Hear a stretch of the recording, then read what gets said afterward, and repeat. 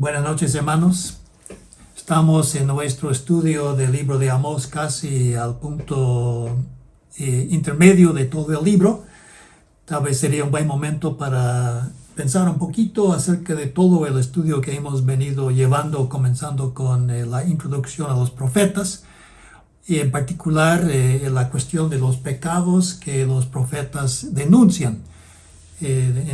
Cuando vimos esa introducción, comentamos que los profetas denuncian una serie de pecados diferentes, pero principalmente de dos tipos. Uno, los pecados de idolatría, sea de adoración a dioses de otros pueblos, o sea, idolatría a los becerros de oro que supuestamente representaban a Jehová, su presencia de Jehová. Y el otro tipo de pecado que critican los profetas principalmente son las injusticias sociales, las injusticias de los que tienen más poder, más recursos, en contra de los que tienen menos recursos y menos poder. En el libro de Amós, en lo que hemos venido viendo, hemos visto que de esos dos tipos de pecado, el tipo que Amós más recalca es el tipo de las injusticias, y eso se ha venido viendo desde el capítulo 2, cuando comenzó a hablar de Israel, al final del capítulo 2, un poco más en el capítulo 3, un poco más en el capítulo 4, y aquí en el capítulo 5, con lo que vimos en la primera mitad la semana pasada, vimos que aún más hace énfasis Amós en el pecado de la injusticia en contra de los pobres e indefensos.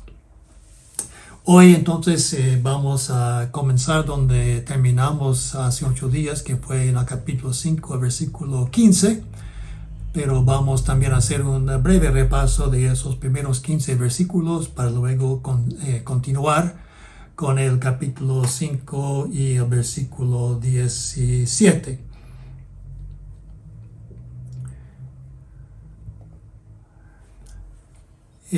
Como ustedes ven en su pantalla, comenzamos observando que el capítulo completo tiene una estructura que los estudiosos hoy llaman estructura quiástica, en que hay una estructura concéntrica, en que los elementos de la segunda mitad del pasaje, en este caso de todo el capítulo, que es una especie de lamentación, lamento por Israel, los elementos de la segunda mitad corresponden en orden inverso a los de la primera mitad. Y nosotros en este quiasmo hemos llegado. Este es el quiasmo que abarca los primeros 17 versículos, y hemos llegado hasta el versículo 15 en este quiasmo. Vimos que en los primeros 3 versículos que Amós se dirige al pueblo y lo hace levantando una endecha, o sea, un canto fúnebre por Israel, anunciando la muerte que viene, y lo interpreta esa metáfora en el versículo 3 cuando dice que Israel perderá el 90% de sus soldados en combate. Luego en los versículos de 4 a 6 vimos que el profeta dice que Yahvé ha llamado a Israel a buscarlo a él, pero no a los santuarios, para salvarse del castigo divino. Y comenzamos que eso sería un poco de enigma para los israelitas, porque uno pensaba que el mejor lugar para buscar a Yahvé era en el santuario, en los templos, donde uno le llevaba sacrificios, etc., ¿verdad? Y luego en el versículo 7, después de este pasaje que dice que no deben buscarlo a él, o que deben buscarlo pero no en los santuarios, lo que aclara el versículo 7 es que el problema era por las injusticias de los israelitas.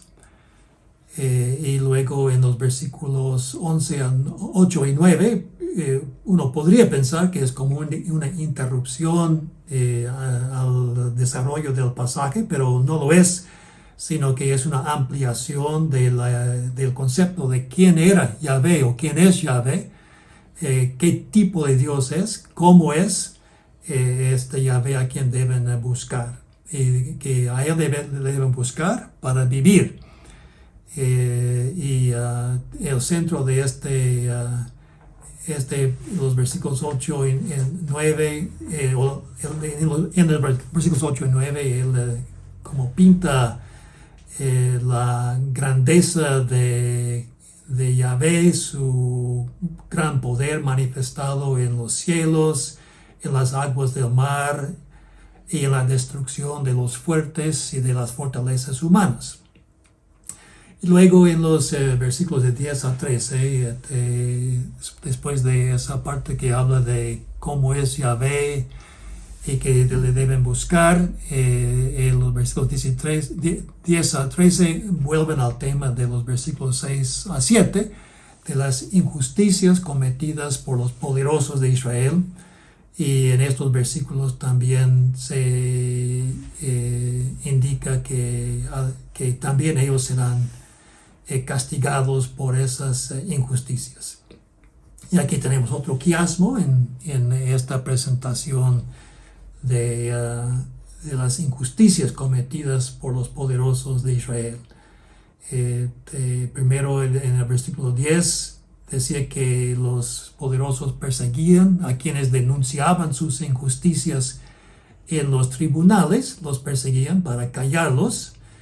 Luego vimos que en el versículo 11 que los gobernantes, quienes vivían en lujos, cobraban impuestos de las magras cosechas de los pobres.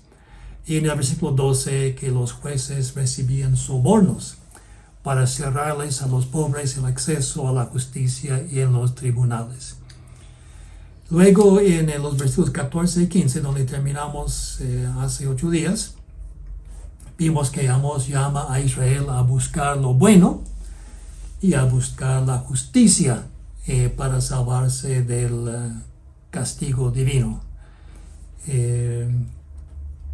Y ahí es donde llegamos ahora hasta los versículos, comenzando con el versículo 16. Ahora, creo que el documento que ustedes están viendo y tal vez recibieron también, tiene todas las respuestas suplidas en los espacios hasta el versículo 16, pero de aquí adelante los espacios están en blanco para que ustedes los puedan ir llenando, ¿no? Así que en los versículos 16 y 17, continuando con lo que vimos hace 8 días, Yahvé anuncia que como juicio él afligirá a Israel de tal manera que todos los israelitas en todo el país harán lamentación. Y leemos el versículo 16: por tanto así ha dicho Jehová, Dios de los ejércitos, en todas las plazas habrá llanto, y en todas las calles dirán, ay, ay, y al labrador llamarán a lloro, y a endecha a los que sepan endechar, y en todas las viñas habrá llanto, porque pasaré en medio de ti, dice Jehová. Así que comentando más detalle, pensando en el versículo 16, para comenzar, las referencias allí a las plazas y a las calles, lo que tiene que ver con las ciudades, ¿verdad?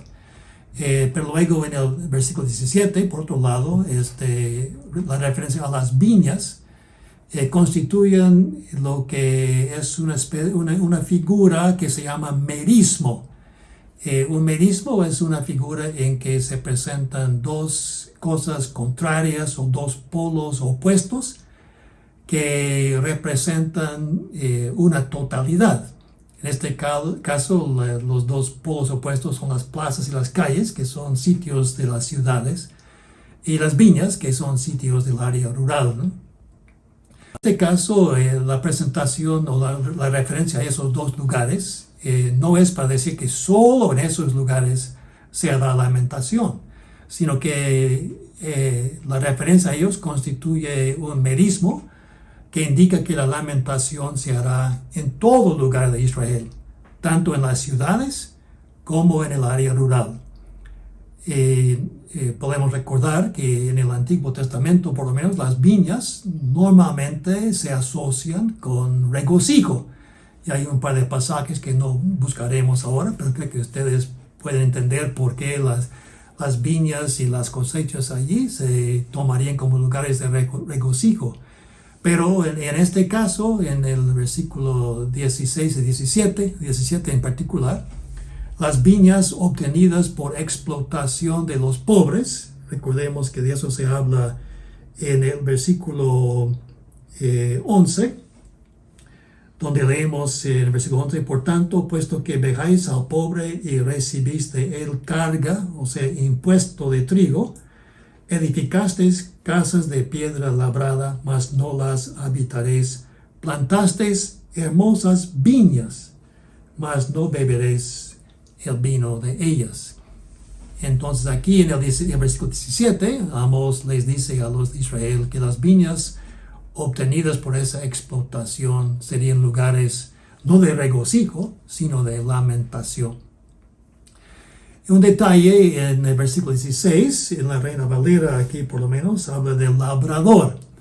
Y esa referencia al labrador en el versículo 16, en la Nueva Versión Internacional dice campesino, igual en la Biblia del Peregrino, que es una buena traducción.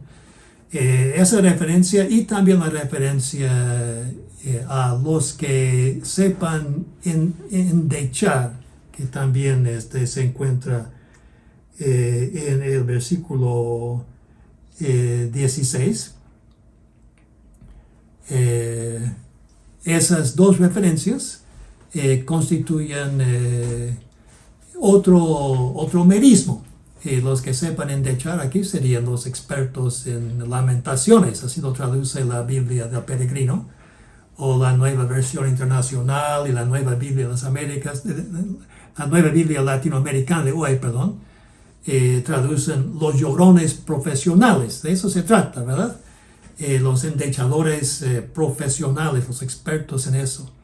Así que aquí es referencia a esos dos tipos de personajes, el campesino por un lado y los expertos en lamentaciones por otro lado, constituye otro merismo. O sea que también son dos polos opuestos que representan no solo los polos opuestos, sino representan la totalidad. En este caso, lo que indica este merismo es que todos harán llanto, desde los expertos hasta los menos cultos. ¿Y por qué habrá llanto? La razón por qué habrá tanto lamento en Israel es que Yahvé, que había pasado por la tierra de Egipto para matar a los primogénitos de los opresores de Israel, ahora pasará en medio de Israel mismo. Esto lo encontramos en el versículo 17. Leamos el versículo: y en todas las viñas habrá llanto, porque pasaré en medio de ti, dice Jehová. Así que los israelitas, al escuchar eso de pasar, esto evocaría en ellos la memoria de lo que pasó cuando Dios mató a los primogénitos de Israel para sacar a Israel de la esclavitud. Pero ahora los mismos israelitas, o algunos de ellos, los poderosos de Israel, se habían convertido en los opresores de su mismo pueblo, y ellos sufrirían lo que sufrió, o algo similar a lo que Egipto sufrió en su tiempo. Luego, en el resto del capítulo, siguiendo con este tema del castigo de Dios por las injusticias y las opresiones, encontramos que Amós habla de la expresión el día de Yahvé. En estos versículos Amós advierte que el día de Yahvé, el día de Jehová, será día de cautiverio para Israel. En un momentico explicaremos esto del día de Yahvé o día de Jehová. Pero notemos primero que este pasaje de los versículos de 18 hasta el final del capítulo también constituyen todavía otra estructura quiástica que comienza anunciando castigo divino y termina anunciando castigo divino, que en el mero centro hay un llamado a hacer justicia, y antes y después de ese llamado hay una crítica de la adoración israelita. Veamos en qué se critica esa adoración en un momentico. Entonces, entrando en el texto, en el versículo 18, vemos que en los versículos 18 a 20, que Amós advierte que el día de Yahvé, el día de Jehová, no será día de liberación para Israel, sino día de castigo divino. Esto lo vamos a explicar ahora al ir viendo los 3 versículos. Comencemos con esa expresión día de Yahvé. Evidentemente los israelitas creían que en el día de Yahvé, el día de Jehová, usaban esa expresión para referirse a un tiempo cuando ellos creían que Dios se manifestaría para destruir a los enemigos de ellos y salvar a su pueblo, para salvar a Israel y para destruir a los enemigos de Israel. Pero aquí Amós, seguro para asombro de los que le estaban escuchando, aclara que el día de Yahvé más bien será de sufrimiento para el pueblo de Yahvé. Eso se ve en los versículos de 18b a 20. Tal vez sería un buen momento para leer el pasaje, entonces, comenzando con el versículo 18. Hay de los que desean el día de Jehová. ¿Para qué queréis este día de Jehová? Será de tinieblas y no de luz, o sea, lo contrario de lo que ustedes esperan. Como el que huye de delante del león y se encuentra con el oso, o como si entrare en casa y apoyare su mano en la pared y le muerde una culebra. ¿No será el día de Jehová tinieblas y no luz? Oscuridad que no tiene resplandor. El paralelo aquí, claro, es nosotros hoy pensando en la segunda venida de Cristo, ¿verdad? ¿Cómo será esa segunda venida de Cristo para el pueblo de Dios?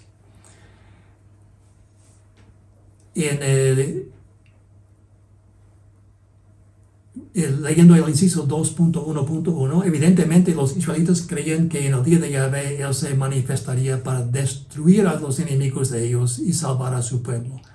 Pero Amós aclara que el día de Yahvé más bien será de sufrimiento para el pueblo de Yahvé. Así da a entender que Israel se ha convertido en enemigo de Yahvé.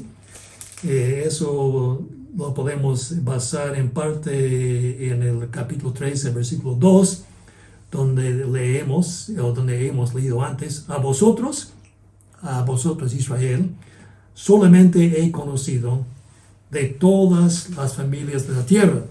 Por tanto, uno espera que luego diga, por tanto os bendeciré, pero dice, por tanto os castigaré por todas vuestras maldades. Volviendo a nuestras notas, entonces, en 5.18, solo hay un pequeño detalle aquí que mencionar.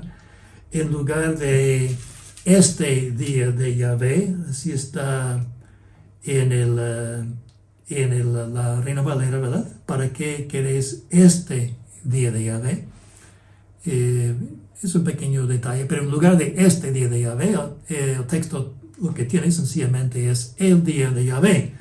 Y pueden ver una variedad de versiones que muestran eso. En el Antiguo Testamento, la frase día de Yahvé no se limita o no se limitaba a los tiempos relacionados con la segunda venida de Cristo o la venida del Mesías, sino que se refiere también a otras intervenciones decisivas de Yahvé para castigar a sus enemigos y para salvar a su pueblo. Así que así se entendía la idea de esa expresión, un día de intervención de Dios a favor de su pueblo en contra de los enemigos de su pueblo, que claro que eran los enemigos de Dios también.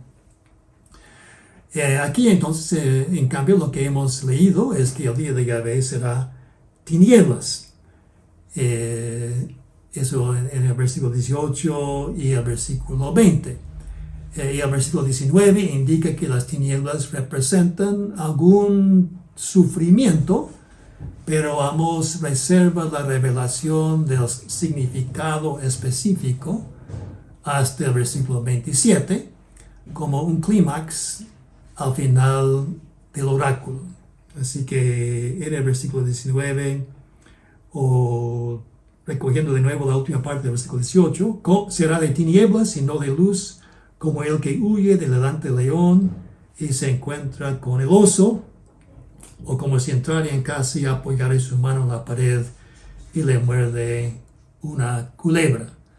Así que aquí vemos en el versículo 18, y viendo el inciso siguiente en nuestro bosquejo, que no habrá cómo escapar del sufrimiento que traerá el día de Yahvé. Así que en vez de ser día de luz como esperaban los de Israel, lo que está diciendo Amós es que les será día de tinieblas. El versículo 20. ¿Y por qué? Bueno, eso ya lo hemos visto, pero ahora se viene a recalcar una vez más en los versículos de 21 a 23 el problema que viene señalando Amós en todo el libro, y que vimos que señaló fuertemente en la primera mitad del capítulo 5, y ahora ese problema, ese pecado lo señala aún más fuertemente, digo yo, en estos versículos de 21 a 23. Yahvé rechaza el culto que los israelitas le ofrecen. Las fiestas y asambleas, en el versículo 21, donde dice: aborrecí, abominé vuestras solemnidades y no me complaceré en vuestras asambleas. Está aquí hablando no de actividades cívicas, sino de actividades religiosas, de las fiestas y asambleas que se mencionan, por ejemplo, en la ley de Moisés, que deberían celebrarse para honrar y glorificar a Dios. También dice que rechaza los sacrificios de ellos, el versículo 22. Y si me ofreciereis vuestros holocaustos y vuestras ofrendas, no los recibiré, ni miraré a las ofrendas de paz de vuestros animales engordados. Así que no, el problema no era que los sacrificios no eran de animales de buena calidad. Dice Jehová aquí que aunque fueran de los mejores animales, él no aceptaría sus sacrificios. Y si uno pensara que lo que Dios está aquí criticando es una religión basada en sacrificios y en cultos, pero no en alabanzas a Dios o algo así, el versículo 23 viene a dar por tierra esa teoría, porque en el versículo 23 dice Yahvé que también rechaza los cánticos que le ofrecen. Quizá quita de mí la multitud de tus cantares, pues no escucharé las salmodias de tus instrumentos. Ahora, este rechazo sería tan enigmático para los israelitas como la calificación de sus sacrificios y sus sacrificios y ofrendas como pecado en el capítulo 4 y los versículos 4 y 5 que ya vimos, pero leamos esos versículos de nuevo, 4 a 5. Id a Betel, que era un sitio de un templo a Yahvé en el reino del norte. Id a Betel y prevaricad. Aumentad en Gilgal, que aparentemente era sitio de otro santuario a Jehová. Aumentad en Gilgal la rebelión. Y traed de mañana vuestros sacrificios y vuestros diezmos cada 3 días. Y ofreced sacrificio de alabanza con pan leudado. Y proclamad, publicad ofrendas voluntarias. Pues que así lo queréis, hijos de Israel, dice el Señor. A ustedes les encanta ese tipo de adoración, dice Yahvé, pero a mí no, ¿no? Así que el rechazo aquí en los versículos 5, en el capítulo 5, los versículos de 21 a 23, de las fiestas, las asambleas, los sacrificios, los cánticos, sería tan enigmático para los israelitas como la calificación de sus sacrificios y ofrendas como pecado en 4 a 5, que ya leímos, y también tan enigmático como el llamado en 5 de 4 a 6, que vimos hace 8 días, a buscar a Yahvé, pero no en los santuarios. Veamos de nuevo 5, 4 a 6. Pero así dice Jehová a la casa de Israel: buscadme y viviréis. Y, otra vez, pero no busquéis a Betel. Recuerden, un sitio de un santuario a Jehová. Ni entréis en Gilgal. Recordemos, un santuario, un sitio de un santuario a Jehová. Ni paséis a Beerseba, pues que aparentemente también era el sitio de otro santuario. Porque Gilgal será llevada en cautiverio y Betel será deshecha. Buscad a Jehová y vivid. No sea que acometa como fuego a la casa de Josué y la consuma, sin haber en Betel quien lo apague.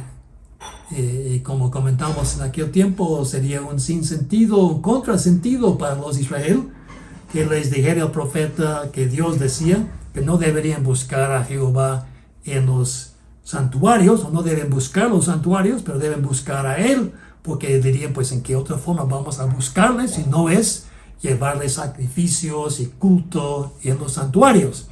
Y la respuesta, como vimos hace 8 días, es la misma respuesta que veremos a continuación ahora en el capítulo 5 y el versículo 24. Lo que Yahvé llama a los israelitas a hacer entonces es justicia social. Y leemos a continuación la razón por la cual Yahvé rechaza el culto de los israelitas es que no hacen justicia. Y aquí de nuevo podemos repasar un poquito lo que vimos en el versículo 7.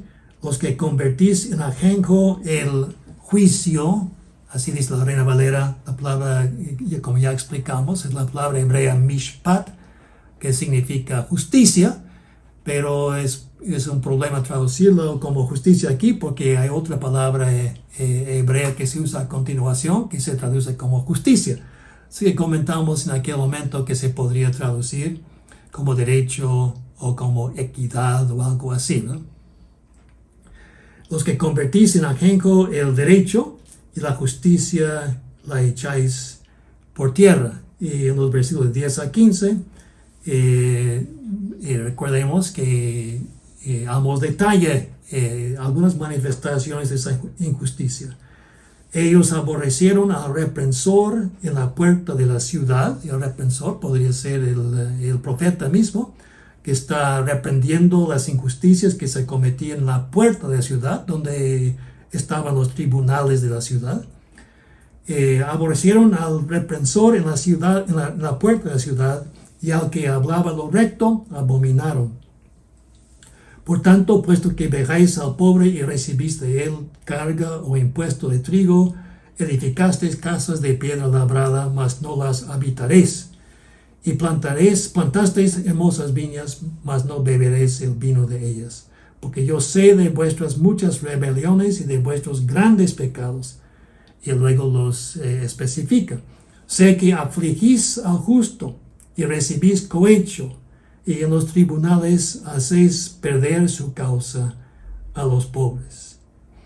Así que estas son las injusticias que Yahvé ya ha delatado o denunciado en la parte anterior del capítulo, y a esas injusticias se refiere él aquí de nuevo. Así que volviendo al versículo 23, entonces, lo que tenemos es, el versículo 24, pero corra el derecho o la equidad como las aguas, y la justicia como impetuoso arroyo.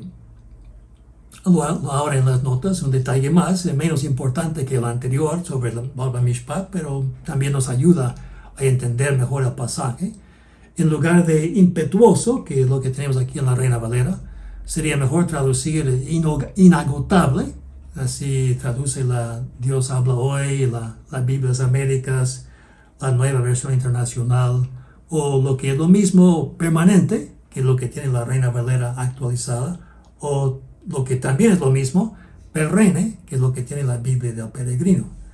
La figura aquí, la figura literaria aquí, contrasta la justicia constante que Dios desea con los arroyos que en ciertas épocas en tierra de Israel, los arroyos que en ciertas épocas tenían agua, pero en otras épocas se secaban. Hay una referencia a esto en Job 6, de 15 a 21, si les interesa leer más allí, pero creo que ustedes entienden el fenómeno perfectamente. Los versículos 21 a 24 que hemos venido comentando son una advertencia también seria para la iglesia evangélica hoy, especialmente a la luz del énfasis actual en la adoración. Lo que podemos deducir fácilmente de lo que vamos leyendo es que si no hacemos y promovemos justicia social, que es probable, tal vez yo podría decir que es seguro, pero aquí puse es probable que Dios aborrece el culto que nosotros le rendimos también. Y esto ya lo hemos visto en los versículos mencionados a continuación, los versículos 4 a 6, aquí en el capítulo 5 y en el capítulo 4, los versículos de 4 a 5. Es saludable el énfasis que ha habido en los últimos años en la adoración, en el culto en la iglesia. Es bueno que cantemos a Dios con alegría, con entusiasmo, que clamemos a Él en adoración, en oración. Todo eso es bueno. Era bueno también en los tiempos de Amós. El problema es que si hacemos eso, pero no hacemos justicia para con las personas que están de alguna manera en una posición en que nosotros podemos aprovecharnos de ellas. La advertencia aquí es si nos aprovechamos de su debilidad, haciendo justicia, haciendo injusticia a ellos, Dios verá nuestro culto así como veía el culto aquí en estos versículos en el libro de Amós. Dirá Dios que pues ya no aguanto más el culto que ustedes me ofrecen. Siguiendo con el versículo 25, Yahvé recuerda a Israel que en el desierto, está aquí hablando de cuando habían salido de la tierra de Egipto, camino a la tierra de Canaán, que en el desierto no le ofrecían sacrificios. Eso dice en el versículo 25. Me ofreciste sacrificios y ofrendas en el desierto en 40 años, oh casa de Israel. Y aparentemente la respuesta a esa pregunta retórica debe ser no, ¿verdad? Pero sí es un problema, nos da un poco de problema, porque aparentemente significa que en el desierto, cuando Israel no le ofrecía sacrificios, pero sabemos por lo que leemos en el Pentateuco que sí le ofrecían sacrificios en el tabernáculo, ¿no? Entonces, tal vez lo que tenemos que entender aquí es que Yahvé está diciendo que en el desierto, cuando Israel no tenía cosechas ni mucho ganado, no le ofrecieron muchos sacrificios, pero que eso no impedía que Yahvé los bendijera, como ya vimos en el capítulo 2 y los versículos de 9 a 10. Así, si estamos interpretando bien el versículo 25 lo que hace es rebajar la importancia de los sacrificios, pero no así nomás, ¿verdad? Sino rebajar su importancia en comparación con la importancia de la justicia. Mencioné aquí de paso que un texto que también es enigmático pero similar a este es Jeremías 7, de 22 a 23, que podemos leer de paso sin comentar los dos versículos en Jeremías mucho, porque leemos en Jeremías 7, 22, hablando Jehová a Judá, el reino del sur en este caso, no el reino del norte, porque no hablé yo con vuestros padres, ni nada les mandé acerca de holocaustos y de víctimas el día que los saqué de la tierra de Egipto. Mas esto les mandé, diciendo, escuchad mi voz, o sea, obedecedme, y seré a vosotros por Dios, y vosotros me seréis por pueblo. Bueno, otro enigma ahí en cuanto al asunto de los sacrificios, pero de nuevo, aparentemente es un pasaje que relativiza un poco la importancia de los sacrificios, diciendo que para Jehová hay cosas más importantes que el sacrificio. Cuando en Jeremías dice que deberían obedecerle, aparentemente no está hablando de los sacrificios, sino obedecerle en otras cuestiones como las que se tratan aquí en Amós sobre la justicia. Entonces, concluye el capítulo anunciando que va a deportar a Israel lejos de su tierra, en los versículos 26 a 27. Ahora, el versículo 26 es otro versículo difícil y probablemente se debe cambiar un poco la traducción que tenemos en la Reina Valera. Probablemente en lugar de llevabais, tiempo pasado, se debe traducir en tiempo futuro, llevaréis. Así tiene Dios habla hoy y la Nueva Versión Internacional, la Biblia del Peregrino.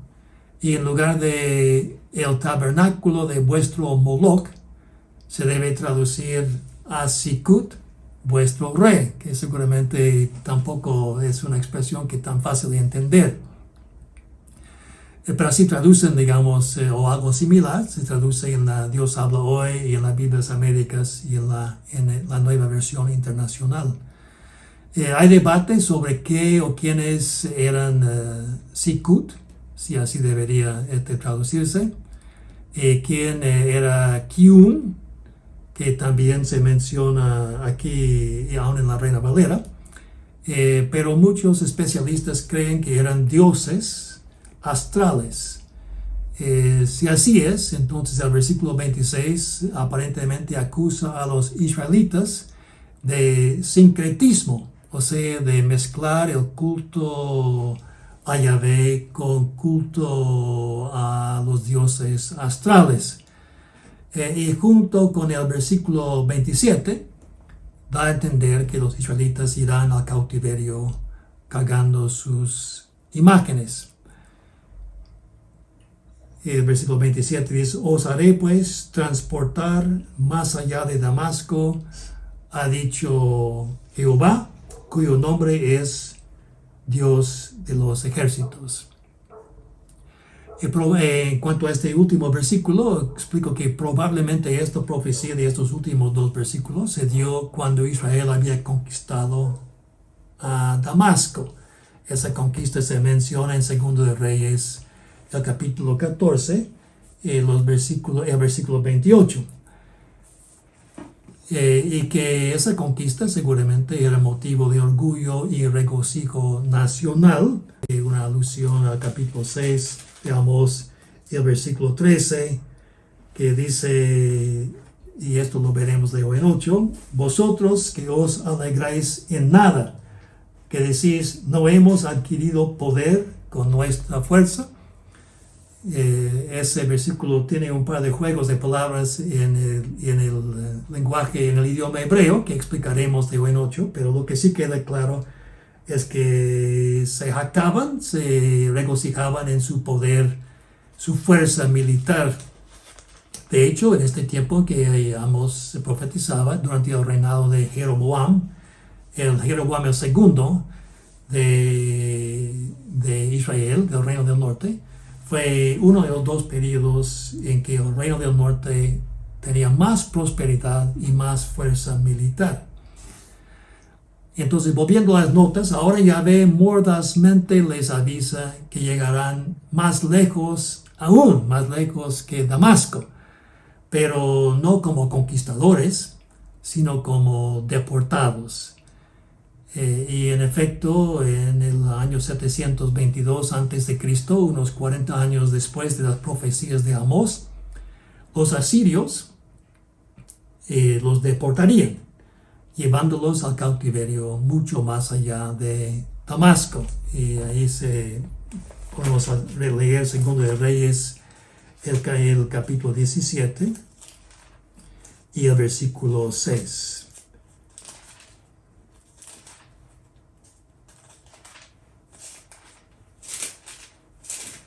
Que dice lo siguiente. O podemos leer el versículo 5 también.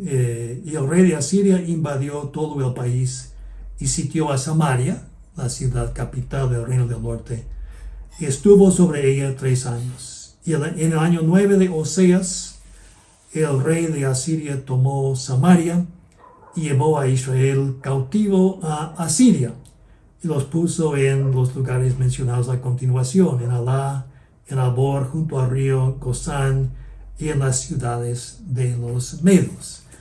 Y nos ayudaría tal vez aquí ver un mapa del imperio asirio, solo para tener una idea de qué estamos hablando aquí. Y he pedido a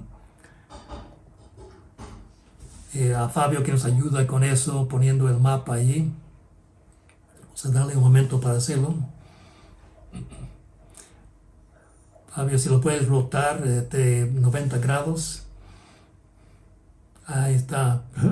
Ahí vamos, sí. Muy bien, sí. Pueden ver ahí en letra grande Imperio Asirio en el centro del mapa. Hacia el lado izquierdo ven el mar Mediterráneo. Y pegado al mar Mediterráneo, a la costa, ahí ven un dibujo de lo que es el río Jordán y el mar Muerto. Ven la palabra Judá junto al mar Muerto. Ven la ciudad de Jerusalén, que era la ciudad principal de Judá, y cerca del límite o de la frontera con Israel. Y luego pasando un poco más al norte encuentran la ciudad de Samaria, en el centro de lo que era Israel, ¿no? Entonces lo que dice aquí al final de este capítulo es que van a ser no deberían jactarse en su conquista de Damasco. Pueden ver Damasco un poco arriba, ¿sí? Porque van a ser llevados más allá de Damasco. Y en efecto, cuando fueron llevados por los asirios, según el versículo que leímos, fueron llevados allí a Mesopotamia y aún, decía, hasta las ciudades de Media. Y pueden ver a mano derecha en el mapa, en el extremo allí, pueden ver Media, ¿verdad? Bastante lejos de su amada tierra madre. Así que es una profecía espantosa la que daba aquí Amós, una profecía que, claro, muchos no querían, a la cual muchos no querían prestar atención, pensando en lo terrible que sería. Nos hace recordar que aún a su pueblo Dios le disciplina y puede disciplinarla fuertemente por desobediencia. Y pensando en el caso de Amós, del mensaje de Amós, le puede disciplinar a su pueblo fuertemente si su pueblo comete injusticias sociales en contra de los que son más débiles. Bien, hermanos, aquí concluimos para hoy el estudio. No sé si